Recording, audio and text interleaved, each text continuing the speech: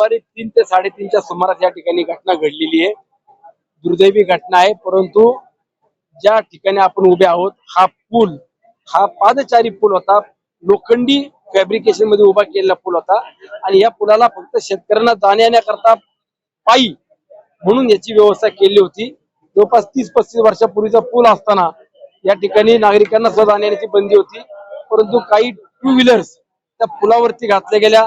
मधल्या selfie point करता किंवा फोटो काढण्याकरता मधल्या भागामध्ये जवळजवळ 100 पर्यटक त्या ठिकाणी उभे होते, अशी माहिती आपल्या सगळ्या स्थानिक नागरिकांनी दिली.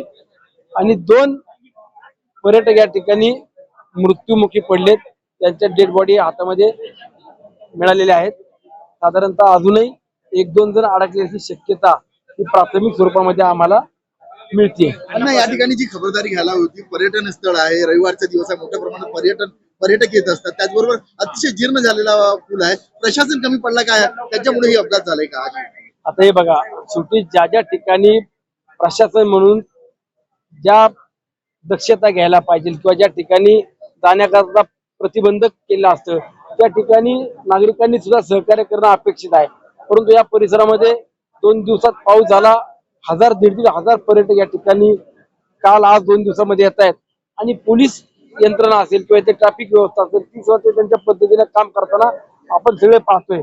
पण नागरिकांनी किंवा पर्यटकांनी ज्या ठिकाणी जायला बंदी घातली, प्रतिबंध केलाय, त्या ठिकाणी जाणीवपूर्वक जाणं किंवा जिथं आपल्याला अडचण दिसते तिथं न जाणं हे खरं तर आम्हाला सुद्धा किंवा प्रशासनाला अपेक्षित असतं.